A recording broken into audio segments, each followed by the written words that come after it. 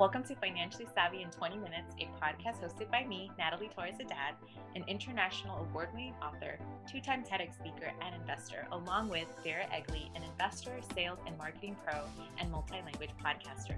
We will share the tips and tricks from interviews with self-made entrepreneurs, leaders, and those who have attained financial freedom while learning financial literacy in multiple languages. Hello, welcome to Financially Savvy in 20 Minutes. I am so excited to be I'm always excited, I need to come up with a new word, but today our episode is in the Bay Area, San Francisco, and I'm actually here with someone that I met through the We All Grow Summit in 2019, and I wanted to be able to follow up with her and do a one-on-one because everywhere I go, I've been getting so much, I get stopped by these amazing earrings. Actually, I'm wearing some new ones, but these earrings that I just adore. It says Poderosa that I've been wearing at events, and it's for those that they see it, they think, oh my God, that's totally my word. That's what I need. And so when I started, and that's something typically I don't necessarily wear big earrings that'll say a word. And so for me, it's been a style change, which I've loved.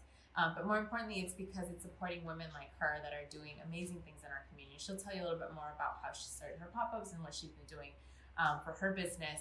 But for Financially Savvy in 20 Minutes, I wanted people to understand that it all comes from a starting place. A lot of us will say, we had this conversation earlier, that we don't want to necessarily start a business or start a side hustle because it's like, oh, I don't have my social media stuff together. I don't even know how to do social media. I don't want to do videos. I don't want to be in front of the camera. Or it's difficult to even figure out how you want to display it. We were just talking about how my nails are never done because they're gone within a day, So it's like, how would I display something as far as earrings? But as you can see, I'm wearing some of her fabulous ones, Poderosa as well. And she has all these amazing empowering words for women in Spanish, which is so cool. And I think being able to highlight people that are in very big communities that are Latin-based, that are Latinx-based. San Francisco is one of them. We're actually in an area. And today we're filming, if you're watching this on YouTube, not through iTunes, is from Calle 24, yeah, right? This is Calle 24 organization. So what they do is they preserve the integrity of what is known as a cultural district, the Latino cultural district here in San Francisco. I actually grew up in the neighborhood about a block away, but is what's happening with many neighborhoods, there's a lot of gentrification. And so we experienced that here in this particular neighborhood that is a Latino cultural district. And so that's what this organization does, is preserve the culture. And so we have some really fabulous events that they take care of and they do every year. And Tanya, if you could tell us a little bit more about, because obviously there's organizations like this that are 501c3s, that are nonprofits that are creating real change. And I just found out they're also fiscally sponsored by the city, which is, wow, unique and incredible. Mm-hmm. You created not only a safe space, but a creative space during your pop-ups.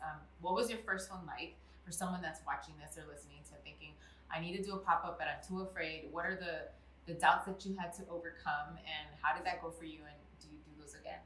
Yeah, thank you. So my first pop-up was nerve-wracking, as you can imagine, because I think with any event, you're scared whether people are going to show up, right? So, I mean, all I know is that I just put my 200%. I was flyering everywhere. I was going out every night. I was going to different events. The old saying of you're going to get what you put in is so true. So my first pop-up happened to be very successful. We had over 100 people show up, and I think it really had to be because I put in the work. I flyered everywhere. I told everybody about it. I put it on Facebook, on Instagram, on social media, and I think that helped a lot. And so it was a successful pop-up. Awesome. And to get 100 people at your first one is a big deal. It's a big deal, yeah. I mean, I don't sell products the same in that sense where I would have a pop-up, but I've done presentations and workshops. And I remember starting out, there was some workshops that I could remember to the team be like, 8 people showed up that paid, or even if they were free too, it was like, okay, there's less than 10 people, but you still, for me, I was like, I still have to give it my all and act like there's 1,000 people in the audience, because now it is at that point where I think that's important for people to understand. Pop-ups don't necessarily like have 1,000 people showing up right away. It's like, if you're lucky enough, maybe some of your friends and family show up to support, but ideally it's people that want to come and shop. So thanks for sharing that, because I know there's people that are afraid to do it, and sometimes we compare ourselves with other entrepreneurs, with other people that are creating artwork, and say, I don't have that following, or especially on social media. Let's be real with that. People are like, oh, I don't have 100,000 followers. It's like, well, sometimes I'm like, I know people have a lot of followers that have no money. Yeah. And that's the complete opposite. So I think it's really important for people to just kind of have a clear sense of what they have, right? Yeah. So one of the questions I want to ask you, because this is one of the questions I always ask, is do you remember the first time that you got paid, whether this didn't have to be your 9 to 5, maybe it was your side hustle, that made you think differently about working for someone else, that possibly it was more importantly for you to be like, oh, I could make some more money on my side. What was that? Yeah.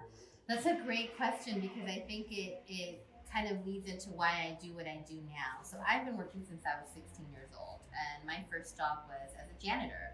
My mom is a janitor, my stepdad is a janitor, they're part of the union. So here in San Francisco, janitorial work, we get paid pretty well. The starting at the time for a 16-year-old was $16 an hour. Wow. Now starting pay is $18 an hour. So that was really good. Especially in San Francisco, you need it. Yeah, it's a very expensive city. So that was my very first job. When it comes to money, we don't like to talk about it. And I know that in my household, we did not talk about money. So nobody showed me how to save. Nobody showed me or talked to me about money. So one of those things where I really had to learn in my late 20s, probably. And learning all these different ways to save money and be better with your money, it really, for me, didn't start to happen until my 30s. Wow. I'm a case manager by day, so I work with a lot of clients. Awesome. One of the things that I did in my 20s that, again, I always tell people, find what works best for you. Yeah. For me in my 20s at the time, it wasn't keeping my money in the bank. I don't know why, it just wasn't. I hear this often, and I wanted to say, maybe it is a cultural thing, because I hear, or not even, I hear people say often, oh, I have money in my wallet, I need to burn it. And it's like, I need to get rid of it. And it's kind of that, maybe the mentality that we're taught. Yeah, okay. It's that, because even though it's in the bank, I still have an ATM debit card that allows me to spend. So for me, in my 20s, for me not to spend the money, I kept it at home. Yes. And I kept it in the drawer or wherever. But it was because I felt at the time that if I had it in the bank with my ATM, it was easy for me to spend it. Yes. Whereas if it's at home, you sometimes forget where it is, which is a good thing. Yes. And also, for some reason, how can I explain it? Because there is something magical about seeing your money and counting it and knowing that every time you add some money to it, it gets bigger and the amount gets bigger. Yes. Whereas with the bank, you see the number, but it's somehow, sometimes it doesn't it's a visual thing. Yeah, I think it's something with the virtual,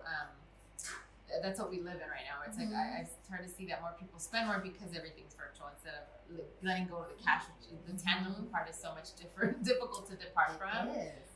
But I think it's something that we see that can be that difference. And there's a book, I think it was by Luis Barajas, that was talking about Latinos and their money. And he's like, everyone has that grandma, if it's not you, but it's your grandma that has the money hide under the mattress. And I totally understand that. I had my grandma who used to hide her jewelry in talcos, the baby powder. And the first time I was grabbing this random jar, and I'm like, why do you have your gold rings in this? And she's like, oh, because it gets stolen. And it's like, okay, instead of having it a safe or, things like that you start to figure out. So I think this is a kind of a good segue of when you are starting, now that you have your side hustle as well, your business that you're growing, she's getting a lot of traction. I'm based in LA, she's in San Francisco, and when I go places, people are like, oh yeah, I just bought her earrings. I just got them, and I'm like, this is amazing to see that you're in multiple states, And I think for a lot of people when they're starting out, they're like, I'm just happy if one person buys my product, right? Yeah.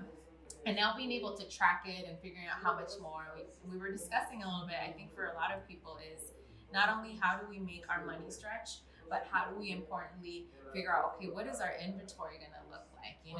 Starting out, I know a lot of people say, oh, I could only purchase when I get an actual order. They'll get maybe a bulk of something, but when they get the order.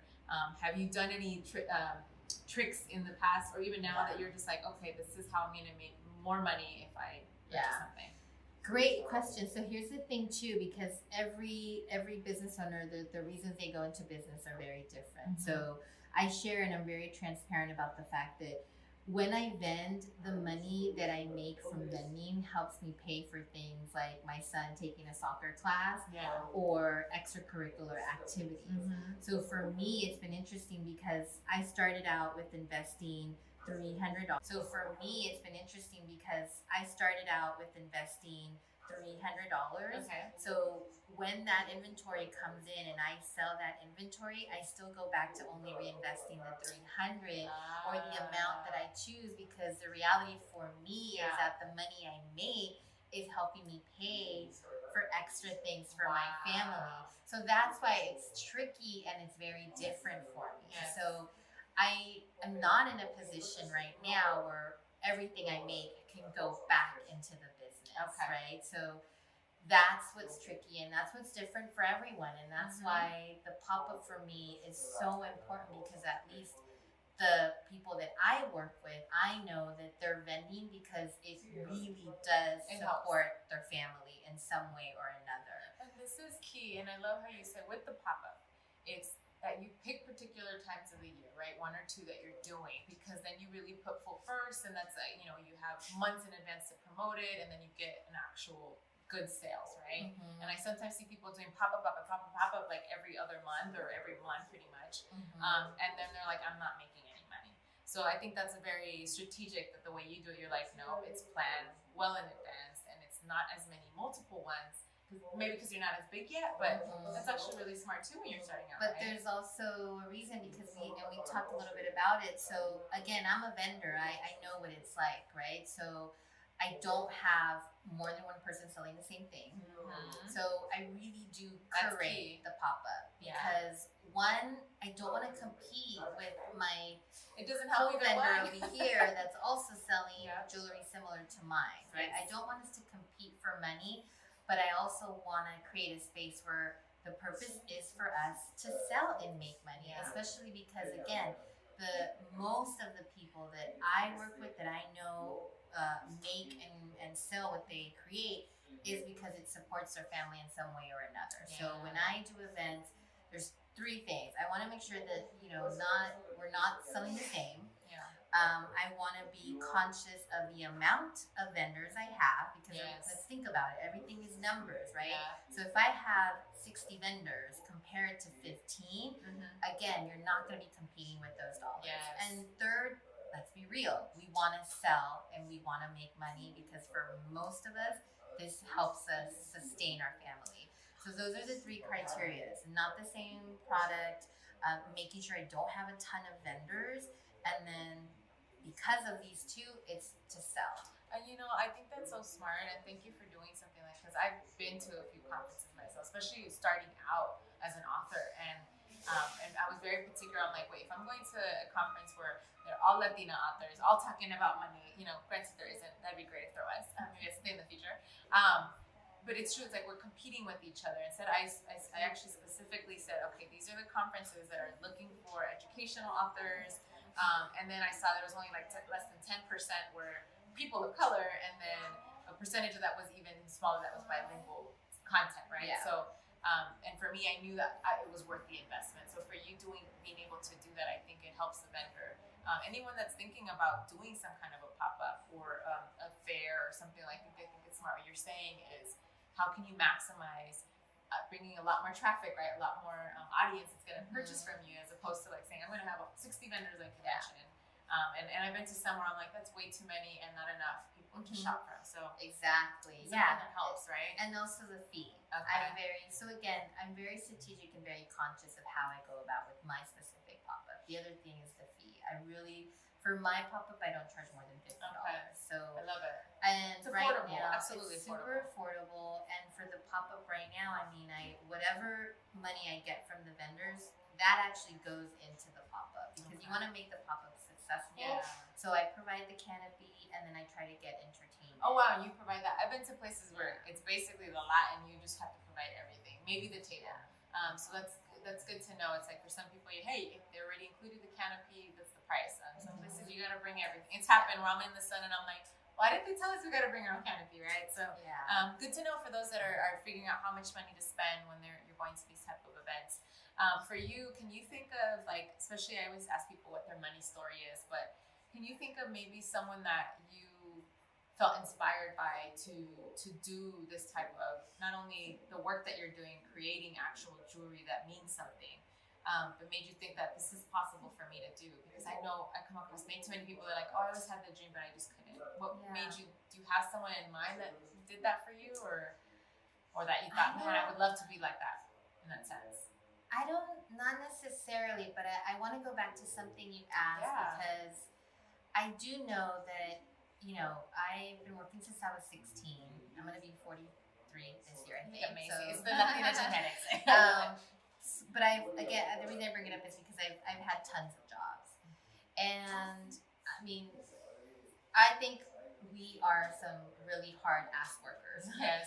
And I think that in my time frame of having a job and working for other people, I don't want to do that. And this is why I continue to have these side hustles and these side businesses, because I would love to get to a point where I can work for myself. Because as hard as I know that I work and you work and my father and my mother and my sister and everybody that I know, we are really hard workers. And the idea of putting that time and effort so that somebody else can reap the benefits, it kind of just me toca mucho el corazón. So for me, it's always been about, I would love to get to a point where I don't need to work for anybody else. As much effort and time I put into a job, why don't I do it for myself?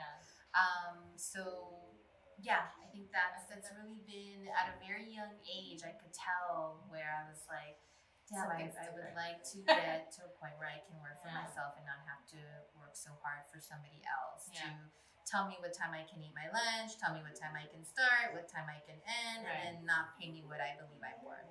And as entrepreneurs, we end up starting very early and usually end up in the last ones there. But it's having that, when it's something you love, it's a little bit different, you know. And I think that's what it is, as far as trying to feel committed. But thank you for sharing your story, because I think it's important to be able to share this with people that are, especially if they are selling a product, they're selling themselves to the service, you know. It's part of who your brand is what you represent. And we've been talking about this, where the representation matters, especially when I see women rocking jewelry, hoops. It's part of the cultures that we're part of. And so it's really different, and it's very difficult when we see, you know, major brands that are not only copying, but really taking away what our cultures have been wearing for generations, really. So it's wonderful to see that women like yourself are doing the best that they can to make sure we're represented in our cultures, but we bring economic growth within our community, especially in San Francisco, right, where we know it's the sixth, I don't know if it's the sixth, but it's one of the 6 most expensive cities to live in the entire country. I saw Seattle being one of them. We have also Boston, New York, Manhattan, and I'm going blank in New York as well. And Hawaii, Honolulu. Those are the top 6 most expensive cities. And I think people forget how much rent can be. And so taking 20 minutes out of the day to figure out, like, how can I make a little bit more money in my side hustle? Should I start my side hustle? Should I do pop-ups? I think you probably help someone just listening to this and be like, okay, if she did it, I can do something small with at least 15 minutes. And we all know 15 vendors. How many of us have friends that are like, oh yeah, so-and-so's a tequila maker, so-and-so, you know, selling jewelry, clothing, or, you know, sometimes. So why not have more of these community pop-ups that can bring more economic growth to each one of us? So thank you so much. So how can people connect with you, contact you, especially so they can get some lovely jewelry?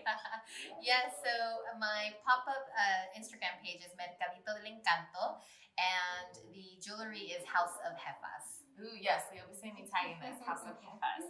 But make sure you obviously not only get yours, but more importantly, you know, use the advice that she has, because I think it's cool to see the steps, and I look forward to, who knows, you're going to see her all over the place. I mean, I hope so. Different states. That's the goal. So thank you for being part of this. It's fun. Thank you, and please make sure to subscribe and leave your comments and reviews. To learn more about the podcast, check out the website and Instagram, Financially Savvy in 20 Minutes, and watch interviews on YouTube and IGTV. To become a sponsor or hire us for your next workshop or speaking engagement, please visit financiallysavvyin20minutes.com. All it takes is 20 minutes daily to become financially savvy. Music by Nikki and produced by Robert DeLude.